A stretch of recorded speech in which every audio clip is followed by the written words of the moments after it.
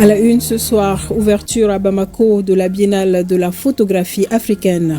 Kouma, la parole, c'est le thème de cette 14e édition lancée ce samedi par le Premier ministre au Musée national. L'importance des photographes dans la construction nationale a été soulignée par le chef du gouvernement. Améliorer la résilience de 85 000 éleveurs et agro-éleveurs et l'employabilité de 4 000 jeunes, telles sont les composantes d'un ambitieux programme. Le dit programme a été lancé par les ministres en charge de la formation professionnelle et celui de l'élevage et de la pêche dans la région de Mopti. Notre pays organise la première compétition de taekwondo AES en partenariat avec la Fédération de Russie. Cet événement sportif d'arts martiaux vise à renforcer l'amitié et la cohésion entre les pays de l'AES et leurs partenaires stratégiques. Une compétition parrainée par le président de la transition, le général Assimi Goïta. Merci d'être des nôtres. Bonsoir. Bienvenue dans ce 20h week-end. Le Premier ministre Shogel Kokala Maïga a procédé ce matin au Musée national au lancement des activités de la 14e édition des rencontres de Bamako au Biennale de la photographie africaine. L'édition 2024 a pour thème Kouma, la parole. Dans son discours d'ouverture, le Premier ministre a rappelé l'importance des photographes dans la construction nationale. Le Royaume du Maroc est le pays invité de cette édition. Mamari Koné et Aliou Touré.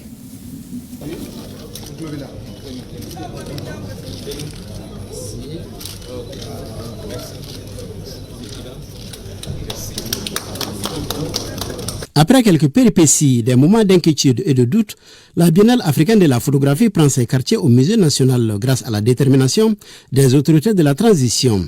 C'est là pour l'honneur des Maliens et au bonheur des artistes et l'épanouissement de la photographie sur le continent. Cette 14e édition, qui marque aussi les 30 ans de la Biennale africaine de la photographie, est placée sous le thème Kouma, la parole. Kouma, à l'inverse, Makoum, ou le silence. Et comme on le dit, le silence est souvent aussi éloquent que la parole elle-même. Et nous sommes ici sur le terrain de la photographie et la photographie nous parle sans les mots, dans le silence. Je voudrais donc rendre un vibrant hommage à tous les photographes pour les messages délivrés à l'humanité tout entière à travers leurs œuvres. Et que la parole s'exprime, puisque le thème c'est Kouma. Et les artistes vont nous émerveiller. Donc nos attentes, c'est que le public participe et que tout ce qu'on a prévu, les différentes expositions aient lieu. C'est ça notre expérience. Pour la 14e fois consécutive, les photographes d'Afrique et du Mali vont exposer leur savoir et leur talent à travers des productions. Le Royaume du Maroc est le pays invité de cette édition. Le Royaume du Maroc, fidèle à sa vocation africaine et suivant les hautes orientations de Sa Majesté le roi Mohamed VI, que Dieu l'assiste, met en avant l'échange et la coopération culturelle comme des piliers de son identité. Cet engagement s'exprime aujourd'hui par la présence de talents marocains et à cette biennale et par l'accueil régulier d'artistes maliens lors d'événements culturels à Rabat et dans d'autres villes du royaume. Pour le Premier ministre chef du gouvernement, la tenue de la Biennale de la photographie à Bamako est un soutien que les Maliens n'oublieront pas de sitôt. Vous savez, par ces temps qui courent, votre présence massive à Bamako est un signe de soutien. C'est une marque de foi. Vous savez, quand vous regardez une certaine presse, vous pensez qu'on ne peut pas tenir une telle réunion ici. Mais vous êtes venus, vous avez vu, et vous allez raconter. Nous sommes là aujourd'hui pour que tout le monde le sache, en sécurité. Les rencontres de Bamako Biennale africaine de la photographie se sont imposées au fil des éditions comme l'un des rendez-vous incontournables dans l'agenda des rencontres photographiques à l'échelle du continent. Elles sont un événement culturel majeur, bien apprécié par la diaspora africaine, au même titre que le FESPACO, le Dakar, le Massa, etc., etc. Le Premier ministre est revenu sur la profondeur des relations entre le Royaume du Maroc et notre pays tout en évoquant l'importance du travail des photographes. Aujourd'hui, nous sommes dans une situation géopolitique, géostratégique, existentielle. Et qui n'a pas suivi ces dernières années, ces derniers mois, que c'est avec le Maroc, en tout cas que les États envisagent, sur proposition de cette initiative stratégique du roi du Maroc, de l'accès des pays du Sahel, des pays de l'AES, le Niger, le Burkina Faso, le Mali et d'autres pays, l'accès à la mer. Vous savez qu'on a voulu nous étrangler un moment. Par procuration, bien sûr, certains Africains ont été utilisés pour faire cela. Mais on a vu récemment les voyages de nos ministres au Maroc pour une réunion stratégique. Bon, bien sûr, il y a ceux qui pensent toujours nous dire là où il y a le bien, là où il y a le mal, attention, le Maroc a des projets stratégiques. Mais qui n'a pas ces projets stratégiques? Chacun défend ses intérêts. Dans tous les cas, nous avons besoin d'une sortie sur la mer. On note la présence du ministre nigérien de la Culture, du secrétaire général du ministère burkinabé de l'Artisanat, ainsi que de plusieurs autres invités de marque. La cérémonie d'ouverture a été ponctuée par des prestations de l'ensemble instrumental du Mali, de la confrérie des chasseurs et du groupe Mamaya. L'exposition dont le vernissage a été effectué par le premier chef du gouvernement se poursuivra du 17 novembre 2024 au 16 janvier 2025 au Musée national, au Musée du district, au Palais de la Culture, au Mémorial Modibo Keïta, au Conservatoire Bala Faseke Kouyaté et à la Galerie Médina. Avant de quitter le Musée national, le Premier ministre est rendu à la place des victimes du terrorisme où il a visité la stèle dédiée à ses victimes. Dans le cadre de la vulgarisation du programme national d'éducation aux valeurs, le ministère de la Refondation poursuit les sessions d'appropriation auprès des institutions de la République. Hier vendredi, les missions d'appui à la refondation de l'État ont échangé avec les membres du CNT sur les axes de ce programme. Mamadou Fane, compte rendu. La mission d'appui à la refondation de l'État face aux membres du CNT pour partager le contenu du programme national d'éducation aux valeurs. Un programme qui est le résultat des recommandations des assises nationales sur la refondation de l'État qui a fait l'objet d'une large concertation entre toutes les couches socio-professionnelles du pays. Je suis persuadé que vous tirerez toutes et tous un bénéfice certain de cette session d'appropriation du programme national d'éducation aux valeurs qui a pour vocation d'outiller les citoyens maliens tout au long de sa vie, du foyer familial au cadre communautaire, jusqu'au niveau de l'État et de la vie active, en passant par le milieu scolaire et universitaire, et en l'éduquant au respect des valeurs socio-culturelles et à la bonne gestion des affaires publiques. Il s'agit à travers cette rencontre de partager avec les membres du CNT les grands axes de ce programme qui a comme finalité la construction d'un citoyen responsable et engagé. Au sortir de la présente session, je suis convaincu, plus que jamais, de votre soutien, de votre accompagnement et de votre participation active dans le processus de refondation de l'homme malien, dont le fondement est l'engagement de tous pour bâtir un Mali d'incroix, responsable, patriote, travailleur, consensueux et respectueux de l'ordre et du mérite. La communication des experts chargés d'animer la présente session a mis en exergue le passé glorieux de notre pays, son riche patrimoine historique et les merveilles qui font notre fierté. Elle a également porté sur la nécessité de renforcer l'éducation aux valeurs à tous les niveaux. Les membres du CNT, à travers des questions, réponses et contributions, ont été largement édifiés par le contenu de ce programme. Tous sont unanimes que ce projet jette les bases d'un Mali souverain fondé sur les valeurs qui ont toujours caractérisé nos ancêtres. 9 milliards de francs CFA, c'est le coût global du nouveau projet Saria Bateau au respect pour l'état de droit. Ce projet est le fruit de la collaboration entre l'USAID et le ministère de la Justice et des Droits de l'Homme. Il sera exécuté sur la période 2024-2029. Son objectif est d'améliorer l'accès des citoyens à la justice, nous dit Batraoré. Les succès enregistrés par le projet MJP Mali Justice Project semblent avoir inspiré l'USAID et son partenaire, le ministère de la Justice et des Droits de l'Homme, pour le lancement de ce nouveau projet intitulé Saria Bateau au respect pour l'état de droit. Il s'articule sur 4 composantes: le renforcement des institutions du secteur judiciaire, l'amélioration de l'accès à la justice, la lutte contre la corruption, la promotion et la protection des droits de l'homme.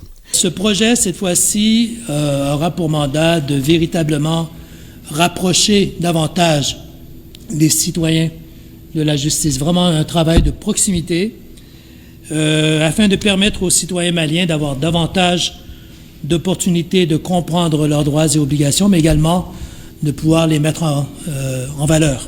Ce programme s'inscrit dans une vision plus large de l'USAID pour soutenir la stratégie de coopération pour le développement du Mali. Le projet Saria Bateau au respect pour l'état de droit sera exécuté sur la période 2024-2029 pour un coût global de 9 milliards de francs CFA. Cette cérémonie figure incontestablement sur la longue liste des événements majeurs du secteur de la justice ayant marqué l'année 2024. Le lancement du nouveau projet Saria Bateau, fruit d'un partenariat dynamique et exemplaire entre le ministère de la Justice et des Droits de l'Homme et l'USAID, est destiné à renforcer notre système judiciaire et à offrir aux Maliennes et aux Maliens une justice accessible, moderne, efficace, respectée et respectable. Elle marque une étape importante et fructueuse pour la consolidation des acquis et des perspectives prometteuses. C'est en cela que mon département fonde beaucoup d'espoir sur ce nouveau projet dont la mise en œuvre devrait permettre de consolider et de parachever les acquis du projet Mali Justice Project MJP. Les activités ciblées par le projet sont relatives à la formation des magistrats, à la modernisation des tribunaux, à l'appui logistique, entre autres. Et partons à présent dans la Venise malienne, améliorer la résilience de 85 000 éleveurs et agro-éleveurs et l'employabilité de 4 000 jeunes, tels sont entre autres objectifs d'ambitieux programme dénommé Participe et PASEM 2.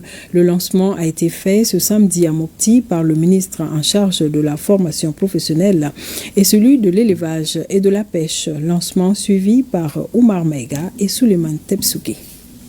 Le lancement conjoint dans la Venise malienne Mopti du partenariat pour l'insertion via les compétences impulsées par les secteurs privés participe et de la seconde phase du programme d'appui au secteur de l'élevage au Mali PASEM 2 est une initiative du ministère en charge de l'entrepreneuriat national, de l'emploi et de la formation professionnelle et celui de l'élevage et de la pêche en partenariat avec le bureau de la coopération suisse et agence consulaire au Mali. Deux programmes qui s'inscrivent dans les priorités nationales définies dans le cadre stratégique pour la relance économique et le développement durable. Cette coopération dynamique a permis aux 3 conseils régionaux de promouvoir leur rôle central de pilotage et de coordination du développement économique et régional. Ces projets traduisent notre engagement à renforcer la résilience des populations. Ils visent d'une part à former 4 000 jeunes dans les métiers en demande, en étroite collaboration avec les entreprises des secteurs des mines, du BTP, de l'agriculture et de l'hôtellerie, et d'autre part à accompagner 85 000 éleveurs et agro-éleveurs dans les régions de Mopti, Gao et Tombouctou. Le programme PASEM 2 et Participe vise à soutenir les efforts du gouvernement dans les sous-secteurs de l'élevage qui représentent 15% du produit intérieur brut et la formation professionnelle pour l'emploi. La croissance démographique exige de notre part des solutions innovantes pour offrir aux nouvelles générations des perspectives de revenus stables et décents.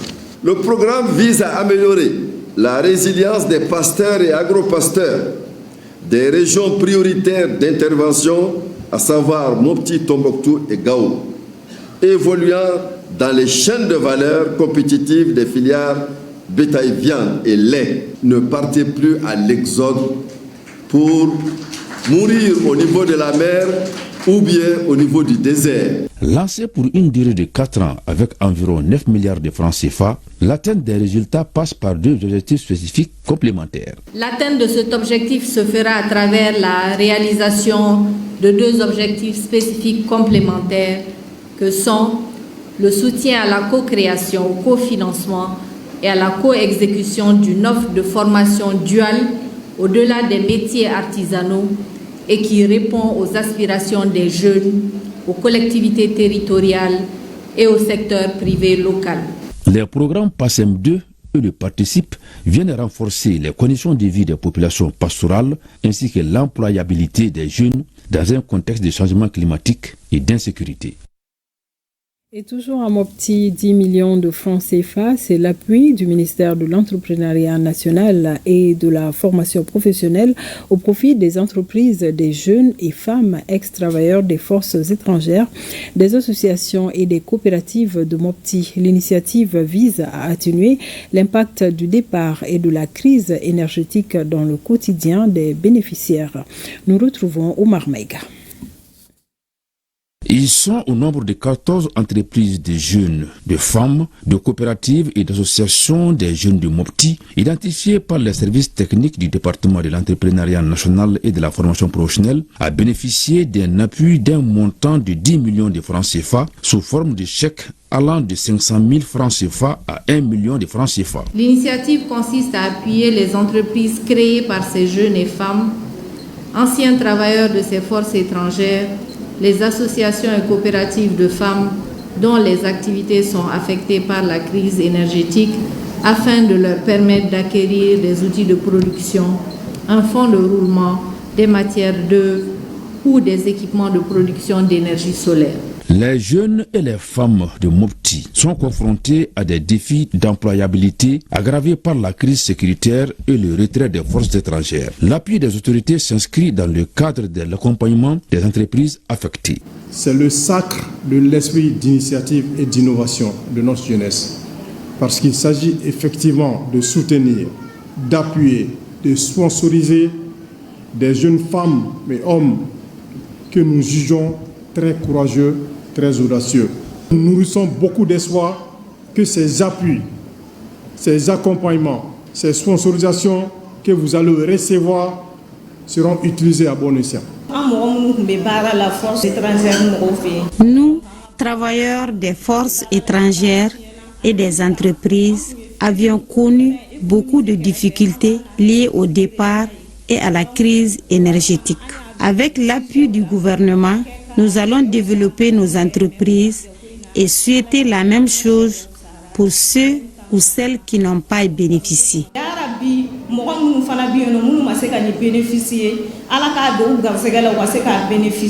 Le gouvernement envisage une série d'initiatives afin d'atténuer davantage l'impact du retrait sur le quotidien des jeunes convertis dans l'entrepreneuriat. Cette initiative contribuera à consolider, à préserver et à créer environ 156 emplois.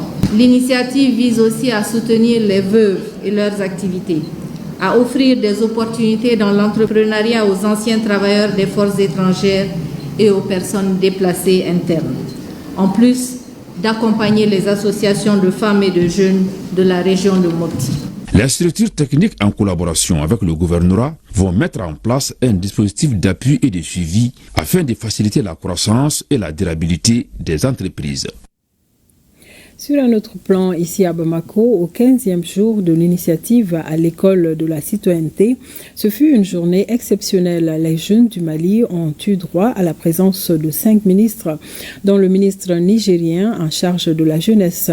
Tour à tour, chacun a exposé devant les auditeurs de la deuxième cohorte les réformes, mais aussi des expériences professionnelles. Abdul Karim Kaba pour d'autres détails.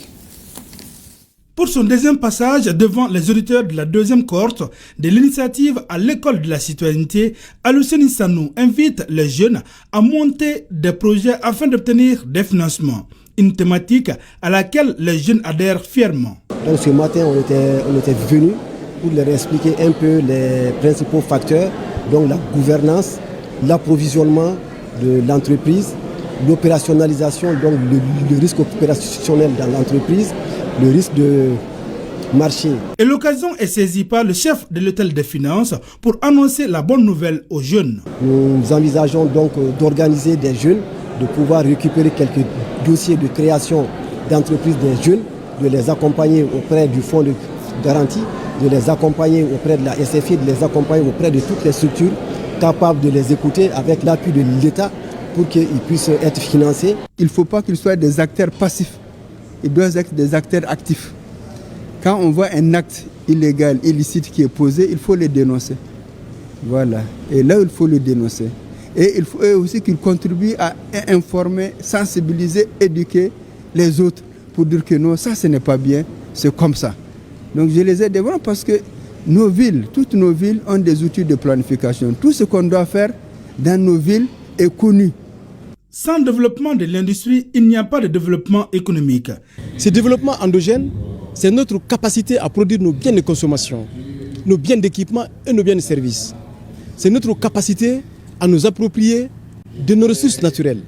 C'est notre capacité à réaliser les infrastructures de base pour assurer le développement économique, durable, inclusif et participatif de notre pays. Notre culture est notre identité et les autorités de la transition mettent un accent sur des initiatives comme par exemple le tourisme domestique. La jeunesse, c'est le trait d'union entre le présent et l'avenir et je crois qu'elle a une responsabilité de représentation historique, donc de transmission du patrimoine culturel de notre pays. Je voudrais vivement l'inviter à porter cette culture-là, à la vivre intensement pour la transmettre aux générations futures. Et ce genre d'activité rentre dans le cadre de permettre à cette jeunesse de découvrir leur mission et de l'accomplir convenablement pour le bien-être de nos populations. Cette 15e journée de la 2e cohorte à l'école de la citoyenneté a été exceptionnelle, en témoigne ce balai des ministres.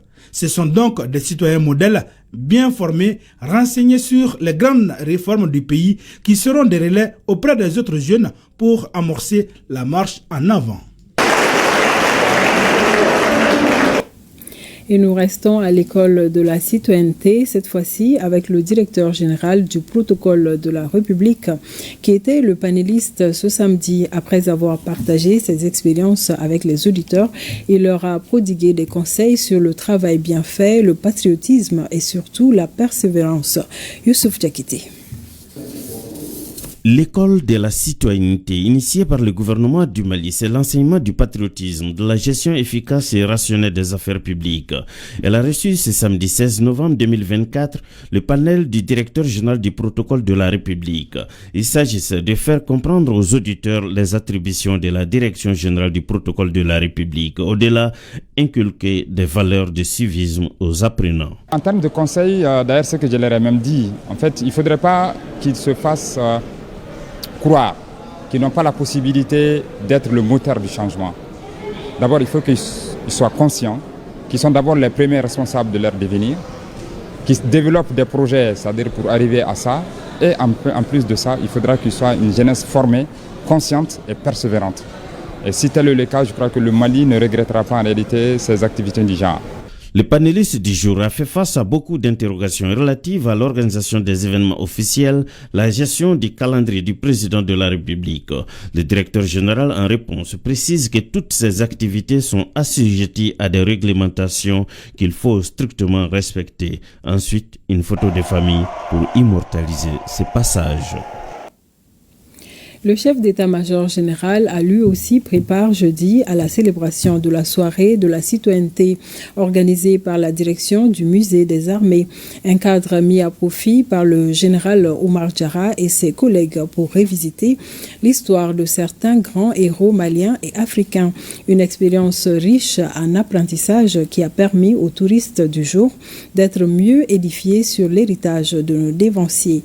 Boukari Koulibaly nous fait le récit de cette visite avec le concours de la DIRPA.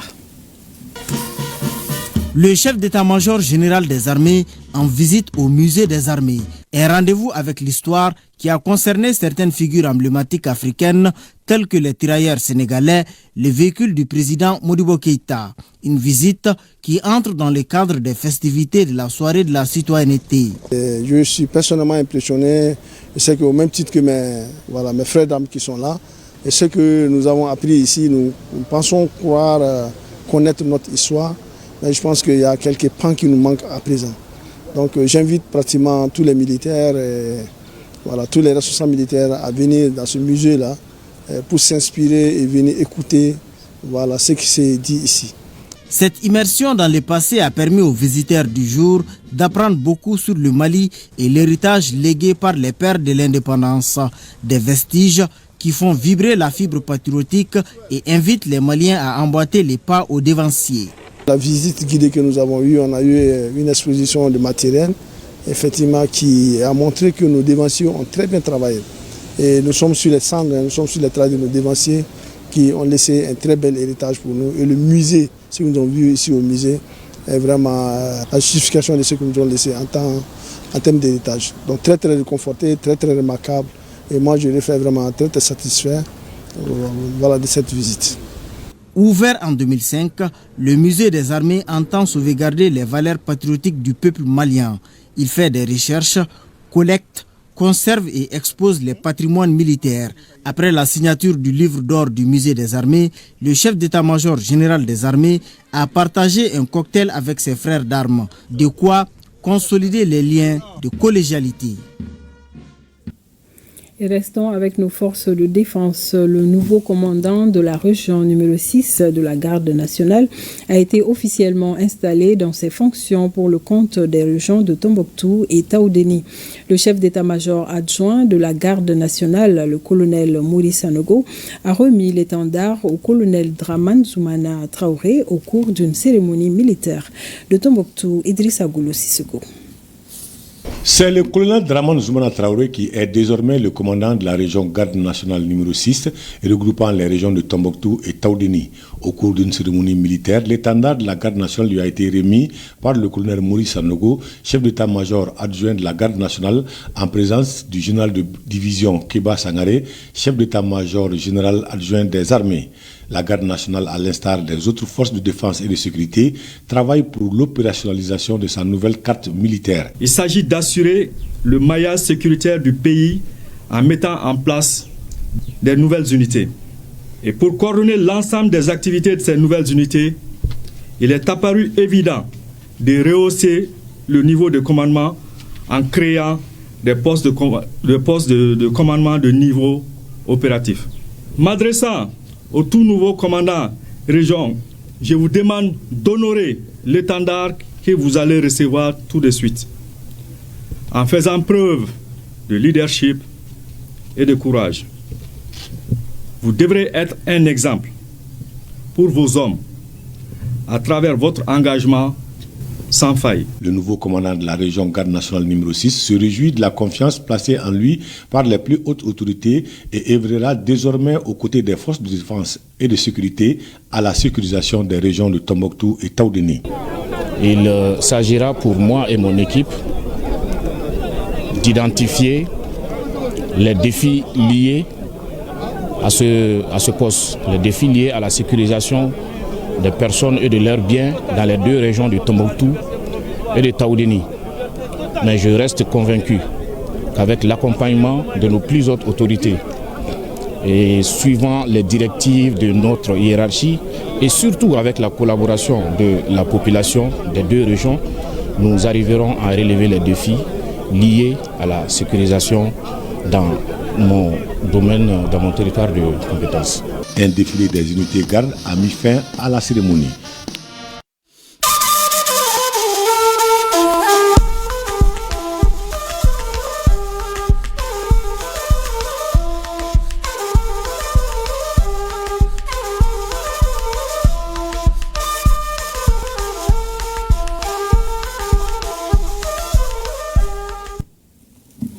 Le Niger continue de dénoncer les stratagèmes de la France pour le déstabiliser.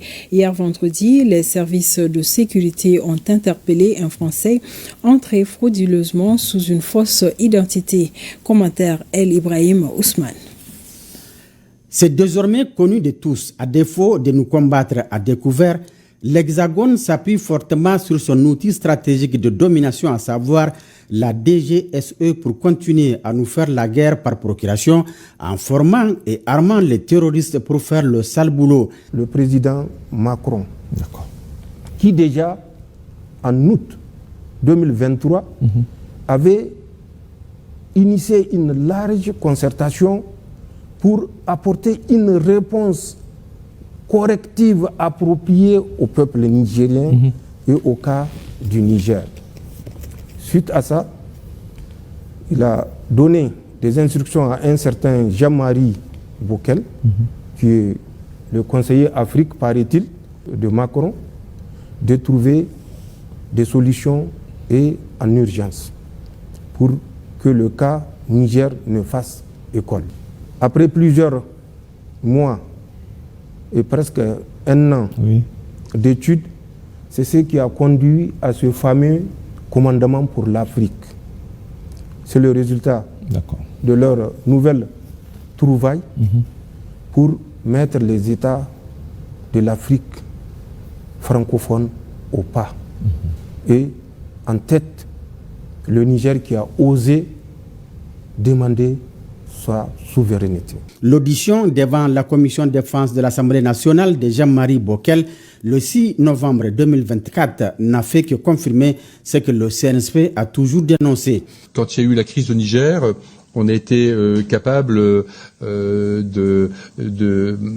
d'installer à Abidjan 2000 hommes en quelques heures, vous voyez.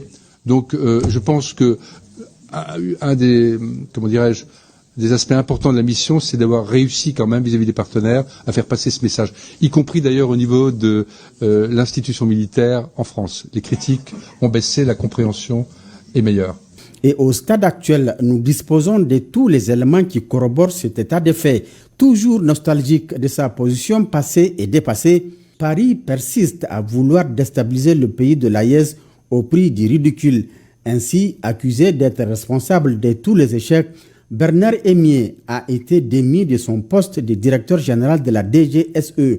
Ce même service qui fait l'affront à un continent tout entier en les considérant comme son précaré. Ce service d'un autre âge ne peut faire face à une génération d'Africains compétentes et jalouses de sa souveraineté. Le sieur Thomas Guglioso, après avoir été démasqué lors de tous ses mouvements dans le pays voisin du Niger, a récemment été réaffecté vers d'autres objectifs qui ne se démarquent pas de la volonté de la France de déstabiliser le Niger. En effet, ce dernier occupe à présent le poste de maître espion des relations entre les pays de l'AES et la République sœur de Turquie. Il est principalement chargé d'espionner tous les achats et acquisitions d'armements, de munitions et d'aéronefs du Niger, du Burkina Faso et du Mali auprès d'Ankara. Les renseignements collectés par le tristement célèbre Thomas Guglioso sont utilisés pour faire échec à notre stratégie de lutte et viennent pour appuyer les agents du service action de la DGSE actuellement déployés pour former les terroristes. Il s'agit entre autres des agents Gosier Ludovic, Milad Yannick et Rousier Quentin. D'autres agents de la DGSE agissant sous identité d'emprunt et sous couverture non institutionnelle également impliqués ont été démasqués en l'instar du sieur Marius Barcea, né le 28 décembre 1970 à Likoge, français et ancien chef de sécurité de la CNPC. Ce dernier entré frauduleusement au Niger le 12 novembre 2024 avec un passeport roumain a été interpellé par les services de sécurité du Niger le 13 novembre 2024. La quête de notre souveraineté entamée depuis le 26 juillet 2023 sous la houlette du Conseil national pour la sauvegarde de la patrie nous impose le devoir de continuer à dénoncer tous les stratagèmes de la France contre ce nouvel élan jusqu'à la victoire finale.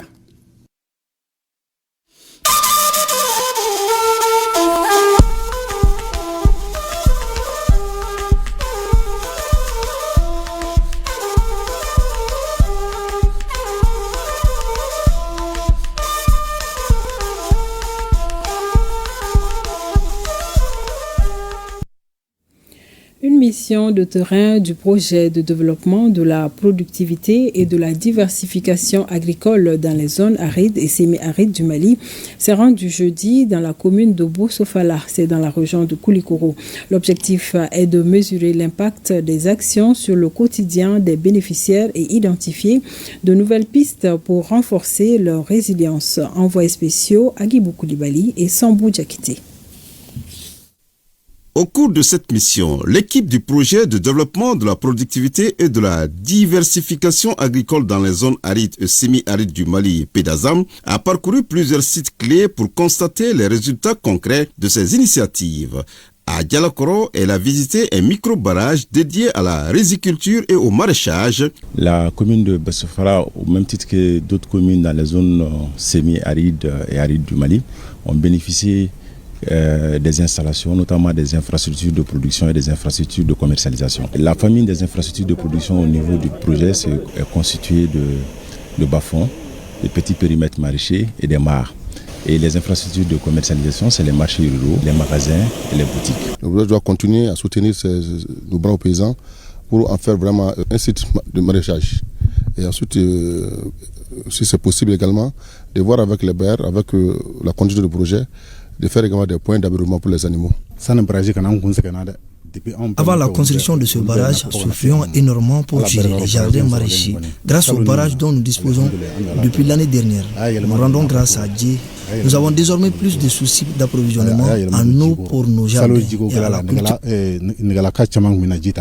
La mission s'est également rendue à Neguilabougou où les infrastructures de commercialisation telles qu'un marché rural, une boutique d'intrants et un magasin de stockage facilitent désormais l'accès des producteurs aux intrants agricoles et aux circuits de distribution. La construction de ce marché par le PEDASAM a comblé tous les villages de joie.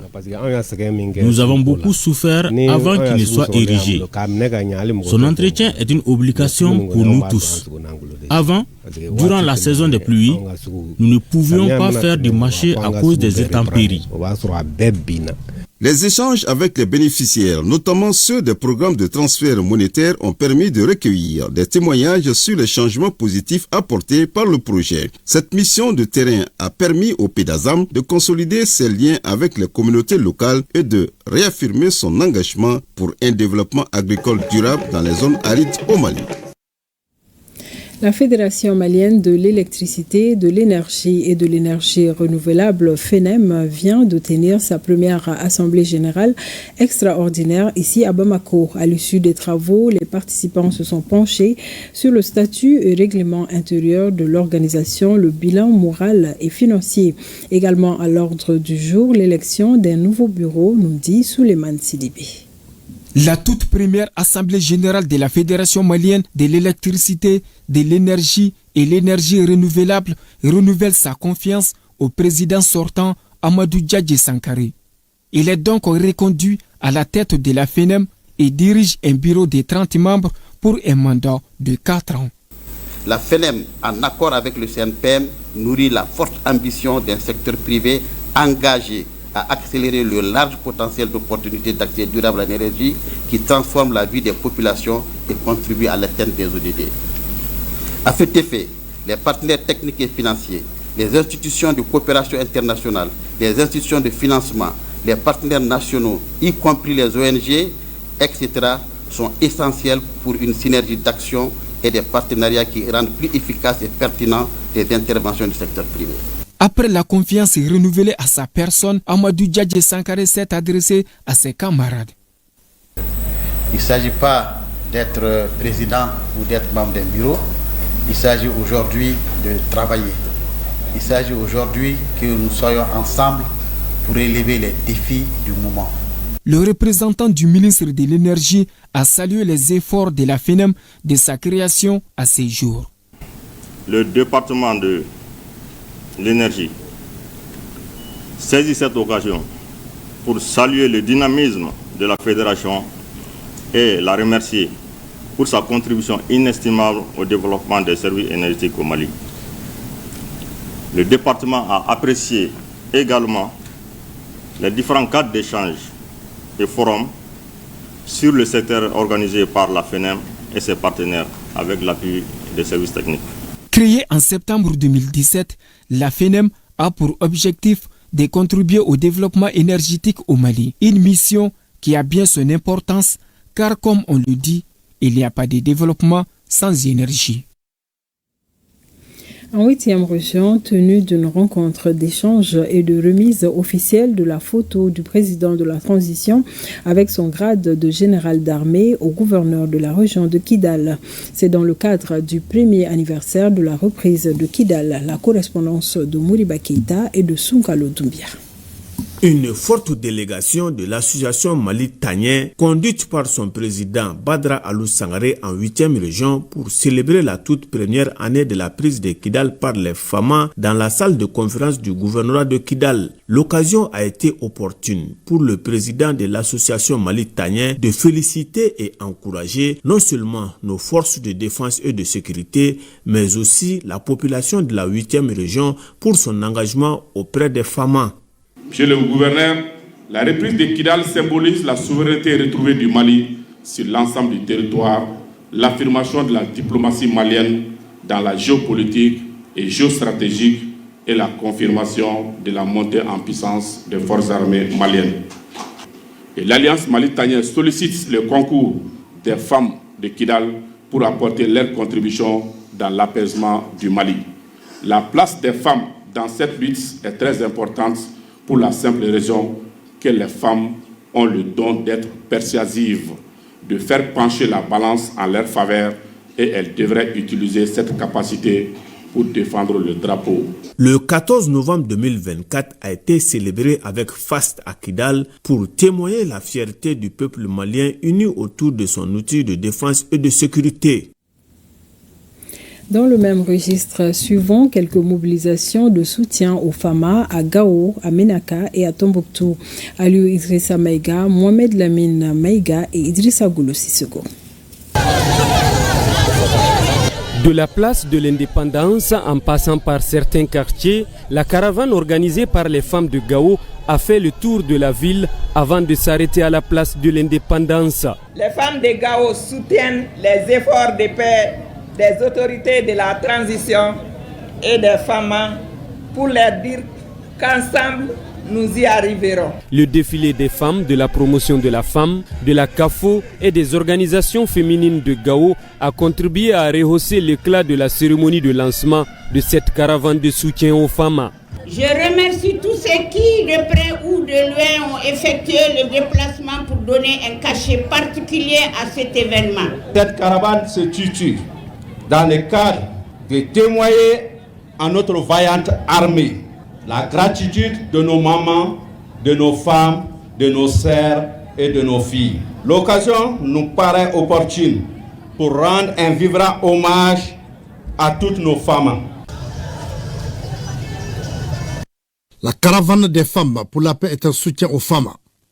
L'organisation de cette activité vise aussi à magnifier ce jour mémorable où les forces armées du Mali sont entrées à Kidal. L'organisation de cette activité pour magnifier ce jour mémorable reflète la solidarité et la détermination du peuple malien tout entier, à commencer par les femmes. La caravane des femmes est une occasion pour mobiliser les femmes dans leur acte de solidarité et faire face à toutes les adversités. Cette caravane survient dans une atmosphère de montée en puissance des femmes, la récupération de Kidal et d'autres zones du territoire national. C'est dans ce contexte que le ministère de la Promotion de la Femme, de l'Enfant et de la Famille organise cette activité dénommée Caravane des femmes pour le soutien des femmes et la paix. Partie de la place de l'Indépendance de Meneka, cette activité s'est terminée dans la salle du gouvernorat de la région par une conférence en présence de légitimité traditionnelle, des jeunes, des responsables des FAMA et des femmes de la CAFO.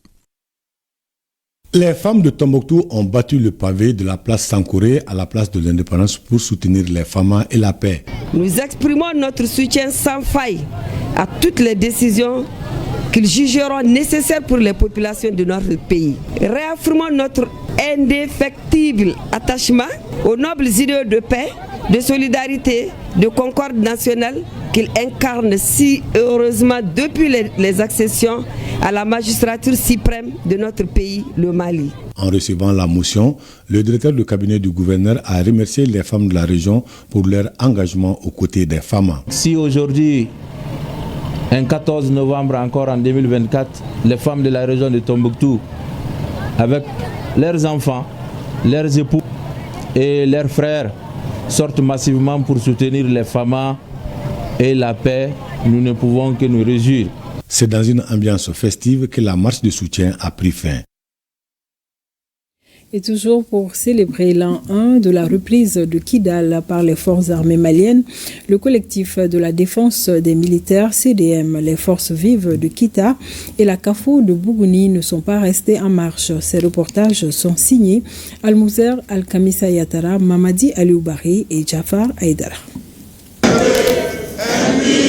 Dans une ambiance marquée par la mobilisation constante des organisations et des mouvements, le collectif de la défense des militaires CDM a célébré à la Maison de la Presse l'an 1 de la reprise de Kidal par les FAMA. J'appelle la jeunesse malienne à s'unir derrière nos militaires qui sont là pour nous et les FAMA qui se battent chaque jour pour nous. Vive le Mali, vive l'AES. C'était une obligation pour nous. Et on dit refondation souveraineté, qui parle de souveraineté parle de la reprise de Kidal. Sans la reprise de Kidal, le Mali n'allait jamais être souverain. En célébrant l'an 1 de la reprise de Kidal par les FAMA, le collectif pour la défense des militaires CDM se réjouit de cette victoire militaire. Aller en rang dispersé, je pense que nous ne souhaitons pas cela et nous ne ménagerons aucun effort pour ne pas taper la porte à tout un chacun, que ce soit les regroupements patriotiques ou les regroupements des organisations panafricaines. Nous allons taper toutes les portes pour que nous soyons unis autour du Mali, rien que du Mali.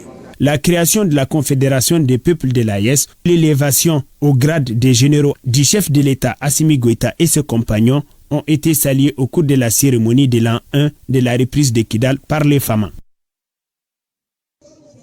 À l'instar des autres femmes du Mali, les femmes de la région de Bougouni sont sorties pour montrer leur détermination, leur solidarité et leur soutien sans faille à la transition et rendre un hommage à notre vaillante armée qui lutte contre le terrorisme afin de promouvoir une paix durable. Je voudrais ici rendre hommage à nos vaillants soldats qui, de jour comme de nuit, sont déterminés à ne laisser aucune portion du territoire national aux mains des groupes terroristes. La puissance d'un pays se mesure également aussi par sa puissance militaire. Cette marche a pris son départ du stade de Sacro-Mairie pour prendre fin au gouvernorat où les femmes ont remis une déclaration aux autorités montrant leur soutien indéfectible au président de la transition, le général d'armée Assimi Goïta et son gouvernement. C'est le lieu pour moi, au nom du gouverneur de la région de Bougouni, le général de brigade Ousmane Ouelé, de vous remercier pour votre engagement sans faille aux côtés de nos femmes. Donc nous vous rassurons que la déclaration que vous venez de nous remettre sera transmise à qui de droit. À noter que cette marche n'a enregistré aucun incident. Cette caravane partie du boulevard de l'Indépendance en passant par le rond-point du commissariat à la préfecture reflète la solidarité et la détermination des Kitois, notamment les femmes et les jeunes, de rendre un vibrant hommage à notre vaillante armée. Nous sommes très ravis d'être là avec vous ce soir pour célébrer une année de la libération de Kidal. Nous sommes très heureuses et honorées et toutes les enseignantes soutiennent la transition et nous leur souhaitons un bon vent pour la suite. Merci aux organisateurs, merci aux femmes et aux accompagnateurs, merci aux forces de sécurité pour nous avoir redonné espoir dans un pays où l'espoir était déjà perdu. Cette manifestation marque ainsi une année de la reprise de Kidal par les forces armées maliennes, un 14 novembre 2023, dans le cadre du rétablissement de l'autorité de l'État sur cette zone stratégique.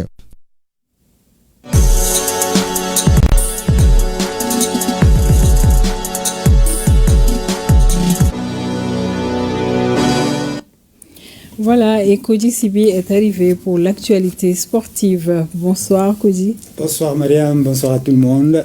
Et l'actualité, c'est le taekwondo avec la première compétition AES Russie que notre pays abrite. La cérémonie d'ouverture a eu lieu hier au Palais des Sports. Oui, Mariam, l'événement parrainé par le président de la transition, le général d'armée Assimi Goïta, vise à renforcer l'amitié et la cohésion entre les pays membres de l'espace AES et leurs partenaires stratégiques, la Fédération de Russie. Notre reporter Ardu Matinar revient sur la cérémonie d'ouverture. La Confédération des États du Sahel, en plus de la défense, la diplomatie et le développement, met l'accent désormais sur le sport, notamment les arts martiaux, facteur d'intégration dans l'espace AES. Le sport en général et les arts martiaux en particulier étant une valeur efficace d'intégration. C'est ainsi que les responsables du taekwondo des pays de l'AES et leurs partenaires stratégiques, la Russie, conscients de leurs responsabilités devant leur nation, ont décidé d'organiser cette compétition. Notre satisfaction a atteint son apothéose lorsqu'il nous a été signifié que son Excellence, le général d'armée Assimi Goïta, président de la transition, chef de l'État du Mali, président en exercice de la Confédération AES, acceptait de parrainer notre rencontre. Historique, car ce grand rendez-vous consacre à la fois un événement sportif majeur de la jeunesse du Sahel et celle de son partenaire, la Fédération de Russie, et un cadre de renforcement de leurs liens d'amitié, de solidarité et de coopération. Il s'agit d'un premier pas et d'une très importante étape pour l'organisation d'événements internationaux. Ces Jeux offrent une opportunité inestimable aux entraîneurs, aux athlètes d'acquérir de l'expérience sportive et de se développer plus rapidement. Ainsi se déroule à Bamako la toute première compétition de taekwondo AES plus la Fédération de Russie. Une véritable marque de confiance pour le Mali qui assure surtout la présidente de la Confédération des États du Sahel. Le président de la transition a demandé à ce qu'il y ait des Jeux de l'AES avec ses autres homologues. Et dans ce cadre-là, il y a eu cette compétition qui est organisée, comme d'autres compétitions qui vont être organisées au mois de décembre. Donc je suis très heureux parce qu'il y a d'abord eu une mobilisation exceptionnelle aujourd'hui des jeunes face à l'appel qui a été fait. Et également, je me réjouis parce que je suis ici avec mes homologues ministres, mais mon homologue également, ministre de la Jeunesse et des Sports, des Arts et de la Culture, du Niger également qui est là. C'est une fierté pour nous de se réunir ici autour du taekwondo. Comme vous le savez, le taekwondo, ce n'est pas n'importe quel genre d'art martial. C'est un art martial qui nécessite certaines caractéristiques, la discipline, le travail, le fair play. Et c'est ça l'expression de l'AES. Et c'est autour de ça qu'on s'est réunis aujourd'hui pour montrer à la face du monde qu'on est encore sur pied, qu'on restera toujours sur pied. Plusieurs démonstrations des pratiquants du taekwondo et d'autres disciplines sœurs ont annoncé les couleurs de cette compétition AES de taekwondo plus la Fédération de Russie. En plus, les trois pays membres de l'AES et leurs partenaires stratégiques, la Russie, ont signé lors de cette cérémonie d'ouverture un mémorandum de partenariat. Voilà, les différentes finales se sont donc disputées cet après-midi et nous reviendrons en images sur ces finales demain dans l'édition de 20h. On l'espère. Et football à présent, retour sur la qualification des Aigles du Mali hier pour la phase finale de la CAN Maroc 2025. Oui, Mariam, à cette qualification des Aigles du Mali à la CAN, le vice-président de la Fédération malienne de football, Moussa Sylvain Diakité, donc félicite les joueurs, le ministère en charge des sports, la FEMAFOOT et le public sportif. Il invite les uns et les autres à redoubler d'efforts pour relever d'autres défis. Il est au micro de nos envoyés spéciaux, Siragatou Sissé et Sidi Modibo Damele.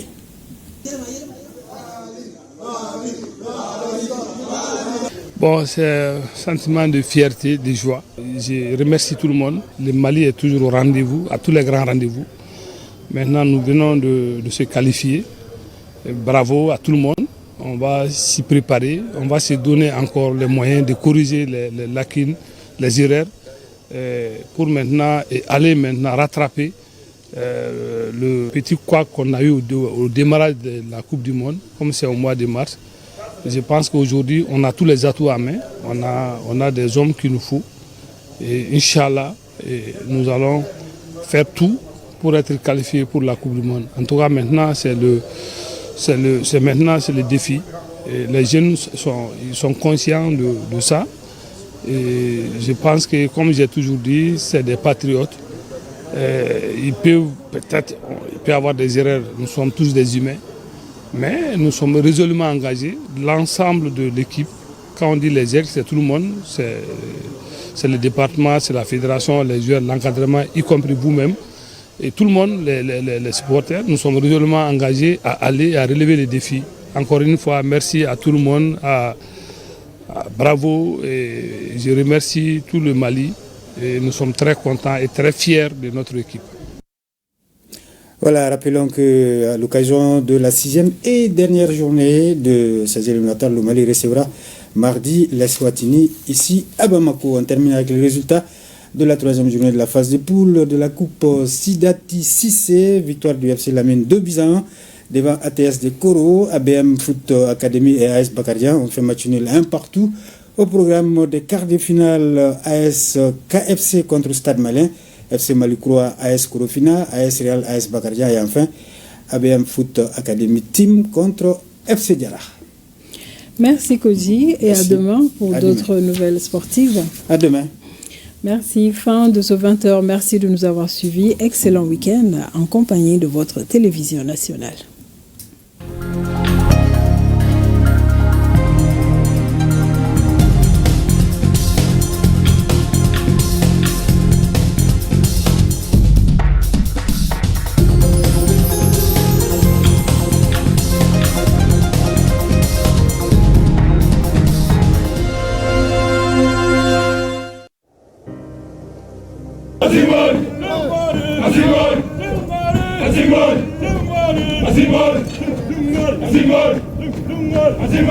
Nous laissons derrière nous tout ce que nous avons de plus cher. Enfants, épouses, amis, pères et mères. Fièrement, nous répondons à l'appel du devoir. Pour que les déplacés et les réfugiés rentrent à la maison. Pour que nos enfants reprennent le chemin de l'école. Pour que jaillisse la lumière de la réconciliation entre les peuples, pour le Mali, pour la patrie. Cette voie, nous l'avons choisie, au prix de nos vies. Nous défendrons nos couleurs, et si nous laissons derrière nous veuves et orphelins, nous vous prions, prenez soin d'eux.